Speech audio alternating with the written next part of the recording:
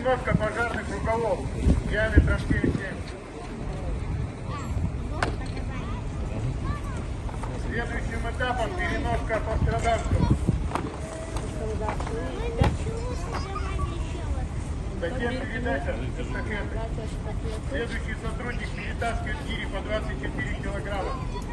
Прокладывает, подсоединяет и прокладывает магистральную линию.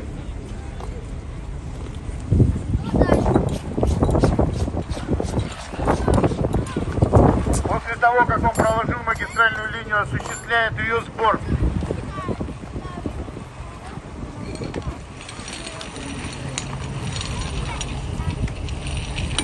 И только после того, как сбор будет завершен, норматив может быть выполнен. Данный вид спорта проводится здесь. И после того, как рука поднята, он выполнен. Хочу еще раз заметить, что данные расстояния были немножко сокращены. Ну все, дорогие наши ветераны, гости, просим вас пройти дальше и наглядно посмотреть специализированные